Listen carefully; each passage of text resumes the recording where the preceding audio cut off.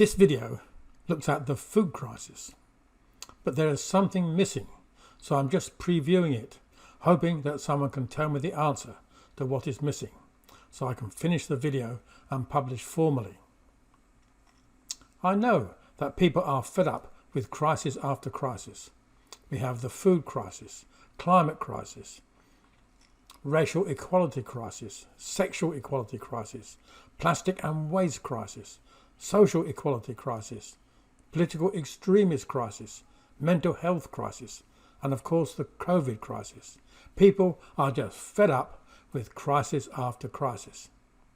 Now I study food, and we have the technology to resolve the food crisis. There are thousands of competent, highly qualified researchers around the world studying the food crisis. This video features my work on resolving the food crisis, which, like all research, is based on the work of many other researchers. There is absolutely no need for a food crisis. We have the technology to solve the crisis, but there is something, which I just don't understand, which stops us from resolving the crisis. How is it that we have the technology, but we just don't seem able to apply it for the benefit of the community? Currently, the crisis is real enough. In many wealthy countries, some 40% of the people are overweight, leading to a range of diseases like diabetes, heart attacks, dementia, etc. This is caused by a diet which may be full of energy food, sugars and fats, but lacks the essential minerals, and particularly the beneficial biology for a healthy gut, which is the intelligent control system for our bodies and powers our immune system. Modern food is simply dead and inert. At the other extreme, there are people who just don't have enough to eat. Many of these are farm workers who can't afford to buy the food they help grow, while the executives and owners of the global food businesses enjoy totally obscene amounts of money. But even worse, we are destroying the soil which we need to grow our food. This may not be today's problem. We are chopping down forest to create more farmland, which we in turn destroy. But soon there will be no more forest to cut down. Then we have a real crisis with worldwide food shortages among both rich and poor countries. But why? We already have the technology to resolve this crisis. We are the most intelligent creature on Earth by far. We are naturally cooperative, achieving stunning feats of technology like sending rockets to outer space, yet we fail to apply the technology we already have. In this video, I show some of the technology we could use to resolve the crisis, but we all seem to be intent on working away in our little silos, developing yet more and more technology, but never working out how to apply the technology we already have to resolve the crisis for the benefit of the community. Why? Please review this video and tell me the answer. My name is Colin Austin, and some 20 years ago I started to promote Wicking Beds. I can't say I invented them because they occur naturally in desert oases, but I did spot that, worked out how they worked and gave them the name Wicking Beds. Now they have evolved into biota beds, and this video shows how to make a biota bed. What is the difference between a wicking bed and a biota bed? It is about bugs. I know there are a lot of very clever microbiologists who spend their lives studying microbiology and naming the thousands of varieties and species with long and complex names I find difficult to pronounce. But bugs are just so incredibly important that I want to explain them in a simple way my 6-year-old grandson, called Patrick, can understand. First, naming. I'm calling any living thing smaller than an earthworm a bug. And there are just two types of bugs: good bugs and bad bugs. I have no doubt that clever and hard-working microbiologists will throw a temper tantrum and bang their desks, stamp on the floor, or throw their coffee cups at the wall, or whatever clever, hard-working microbiologists do when they throw a temper tantrum. Please go ahead. This is just so important that everyone understands about bugs. Bugs were the first living thing on Earth. A few billion years ago, they broke down the rocks and made the soil which enabled all other living creatures to grow. If the bugs died out, then every creature living on Earth, including us humans, would simply starve to death within a few months. So it is worthwhile risking a temper tantrum to get the word out. The first thing we need to know about bugs is that they are just everywhere and breed like crazy. They're on our computer keyboards, smartphones, desktops, kitchens, and believe it or not, our toilets. Now we have chemicals that kill bugs. We can take a clean service until there are absolutely no bugs left alive. But within 20 minutes they will be back. They're in our bodies, on our skins, up our nostrils, in our mouths, in our guts, and yes, up our buns, just everywhere. Every time we breathe, drink and eat, swarms of bugs enter our bodies. Some of these bugs are bad bugs, like E. coli, which at best will give us the shits, and worse, kill us. But we have an immune system which works 24/7, 356. It checks out any bugs to see if they are good bugs or bad bugs, and may say to a bad bug, "Hello, hello, hello, what's going on there then?" The bad bug may try and talk his way out of this and say, "It wasn't me, it's him over there," pointing to some part of our body. If our immune system believes the bad bug, it is very bad for us, as our immune system may start attacking our own body bits. But generally our immune system gets it right, and if you are politicians, you would say, initiated the appropriate procedure, or, as Patrick would say, deaded them, or, being a Doctor Who fan, exterminated them. But we are totally dependent on the good bugs. In fact, Patrick would give them a double gold star and let them stand out in front of the class for all the kids to clap and cheer. Now the clever microbiologists are always trying to find ways of killing off the bad bugs without killing off the good bugs. But that is very difficult to do. But nature has a way of doing things which it has been doing for billions of years with great success. When humans first learned about this, we called it evolutionary balance, and it works like this. Bugs are not like us humans. They are very fast breeders. To make a baby, it takes a man about 3 minutes to do his bit, and men seem to like doing their bit, while a woman takes 9 months. No wonder they complain about sexual inequality. But then the baby has to wait until it's mid-teens before they can have more babies. Bugs can do this whole process in about 20 minutes, but they need to because they die pretty quick too. A bug's life is short and really about food, sex and breeding. If the conditions are right for the bad bugs to grow, what Patrick would call yucky, wet and stinky, then the bad bugs will breed and simply outcompete the good bugs, and the good bugs would die out, which Patrick would say is not good. But if we humans are smart, we will create the conditions which favour the good bugs, and they will outcompete the bad bugs. Come on, Patrick, shout it out. That's real good.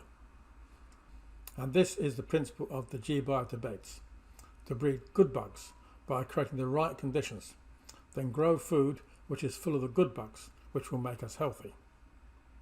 Biota beds are really just another form of wicking beds. The difference is that wicking beds seem to be mainly used as a watering system to grow conventional produce, whereas biota beds are used to recycle waste organics to breed soil and gut biology to grow plants that are pre and probiotics. The physical difference is that wicking beds have a static water reservoir which can go putrid, while biota beds have a continuous water movement with a partial flood and drain cycle, so they have better control of moisture levels and don't go putrid. They all work on the same principle and can be used for a single box or a much larger in-ground beds. I've made beds up to 50 metres long, but prefer a larger number of smaller beds between 10 to 20 metres. Put simply, biota beds are wicking beds that control the moisture level so we can fill them with organic waste to feed the biology to make soil without them going poggy and stinky and breeding the wrong sort of biology. They work on the principle of partial flood and drain, which gives us the Goldilocks moisture level, not too wet and not too dry. Wicking action is fine, but it's not really powerful and ends up with a moisture gradient from wet to dry. If we want water to move through the soil, we have to use another mechanism, hydraulic flow, e.g. we get the soil totally saturated and force the water through the soil under pressure, even if just a few millimetres of head. But we don't want all the soil wet. Too much water attracts the bad biology, which we don't want. So we temporarily flood just the base of the bed using hydraulic flow for a short period of time, then rely on wicking action for the water to wick up to close to the surface. We do this by a sneaky trick called the soil dam. We have a holey pipe or ag pipe laid along the bottom of the bed, which then goes up and over a pile of soil I pretentiously call a soil dam. The water will flood just the base of the bed to the level of the soil dam, plus a bit to create the head to push it over the dam. We don't want the inlet flow to be too big, as that will overcome the drainage system and cause the bed to flood. We just want a nice little trickle, not a fire hose.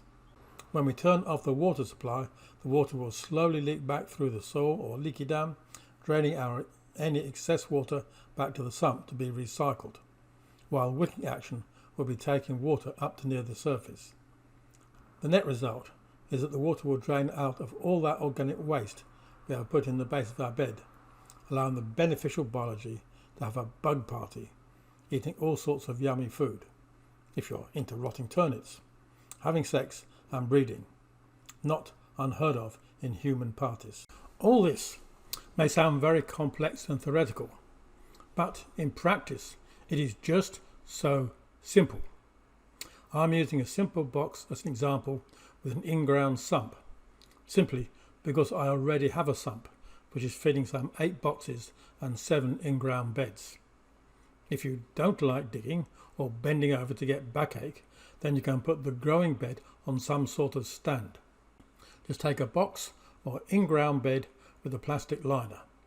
The base needs to be flat, e.g. horizontal, so the water will spread uniformly over the base, which may mean aligning the beds along a contour line.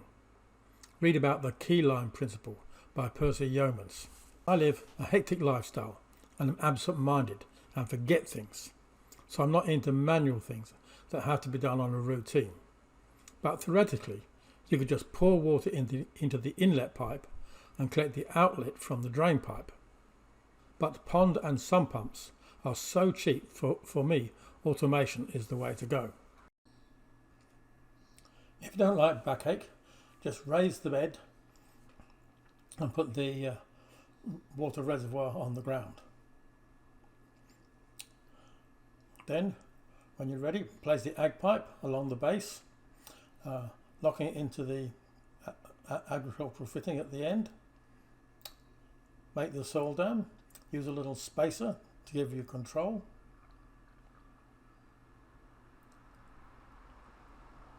I'm using just a standard piece of pipe to give me my height control here. Then fill the base with organic material.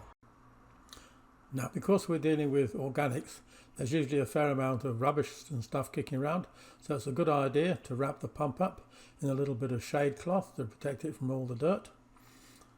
Now we're just going to test the water flow. Yes, that's not looking too bad, but we'll check that in a minute. We'll just connect the pipe into the box and see how it goes. Okay, we're all ready.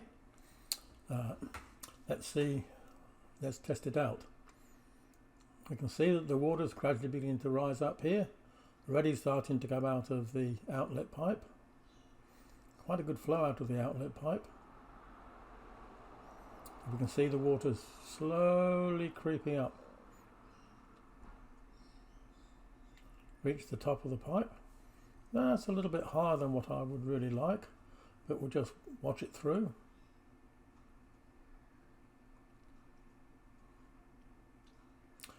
Seems to have reached equilibrium level now, not getting any higher, which is absolutely what we want.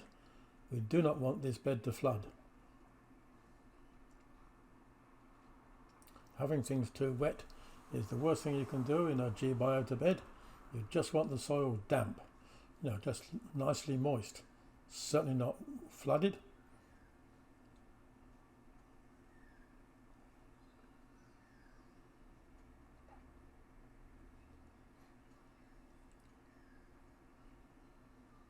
Now we've cut off the water, and we can see the water slowly dropping down here.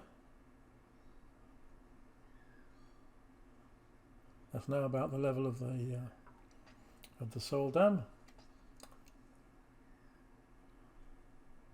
And we can see the outlet flow is gradually dropping off. That will reduce back to just a little dribble.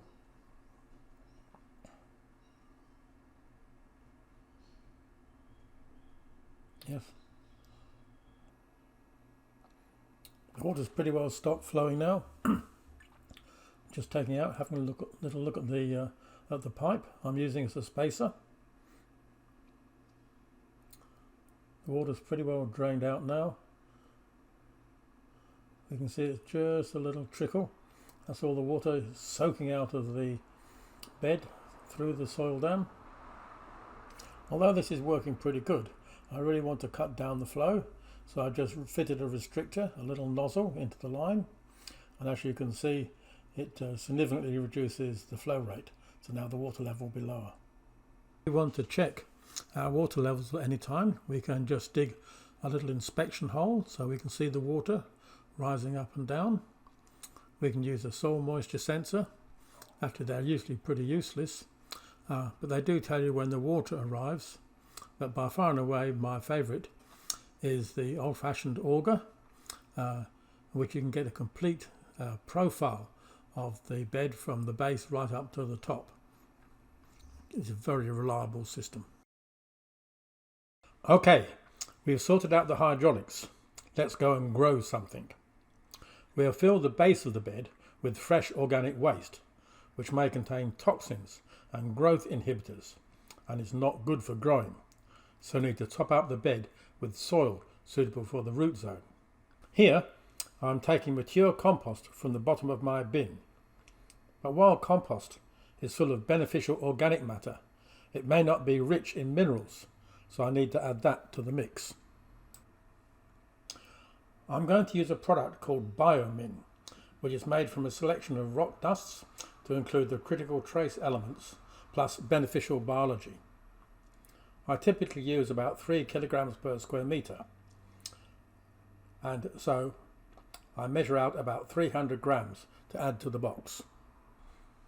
I mix this with some soil and compost and pour into the box and spread out. The compost was a bit lumpier than I would have liked, but I think it will be okay. But when I come to covering the seeds with the final top layer, I really want a nice fine mix, so there's a good contact between the seeds and the soil. In theory, a biota bed has 3 layers. A bottom layer for labile or raw compost, the root zone, and the top or seeding zone. Worms, however, can do a good job of mixing the layers as they hunt for food. Time to start seeding. Experts in gut biology tell us that we should eat a wide variety of plants. I like to experiment with different plants and find that the boxes are very good for experimentation with different varieties, and also for growing seedlings, which I will transplant to my larger in-ground beds. The aim of biota beds is to grow plants which act as natural pre- and probiotics, leading to a healthy gut, which gives many benefits, including a strong immune system. Therefore, I never use toxic chemicals, which may or may not hurt my body, but will definitely harm the microbiology. This gives the two problems of weeds and insects. Tipping is a good way of avoiding insect problems, while dense planting can help the weed problem. My granddaughter sprinkles the seeds on the bed and then covers with a layer of fine soil mix, and then we give a good watering, and we'll probably give another couple of waterings until we see germination. Currently we have a snail problem, so I sprinkle dry cracker dust, the rock dust used for driveways, on the surface, which seems to keep them away. This is what the bed looks like 1 week later. We put in a mix of radish and Chinese cabbage, which grow well together. We can eat the radish first, which gives more room for the Chinese cabbage, and the dense planting keeps weeds away. You can increase the nutrient content of the bed by running water through a compost bin and back into the sump to make what is in effect compost tea. If you don't have electricity, you can always use a solar pump. They work really well. They're a little bit more expensive, and you do have to do something to organise the timing with sun shields. But we are not done yet. We are using organic waste and minerals to feed the microbiology to grow plants as natural pre- and probiotics. That organic matter will get used up and the bed surface will drop. We do not want to remake the bed every time the biology creates the soil structure, which is so important. So we need a way of topping up without destroying the soil structure. We could compost our organic waste separately, then add as a mulch, which works, but an alternative way is to use the bed for composting. I like this way better, as the biology and the worms are feeding directly on the organic waste. After 6 months, dig a small hole or trench to the base of the bed. The worms will have made a beautiful vermicast, which is excellent for the seeding layer. The essential mycorrhizal fungi hyphae will soon regrow.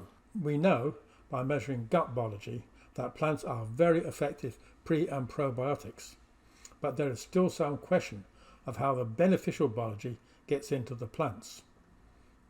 It is thought that it does not come directly from the soil biology, but from the gut biology of the soil creatures like the worms.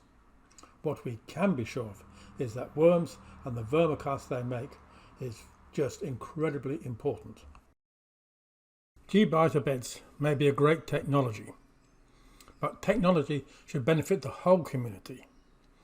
Unfortunately, technology is often used to create a monopoly to make a few people very rich. I've spent my life in innovation. I was a pioneer in computer-aided engineering and was selected as among the top 100 innovators by the Institute of Engineers. But it is not my aim to create some monopoly. I want to spread the technology so all the community can benefit.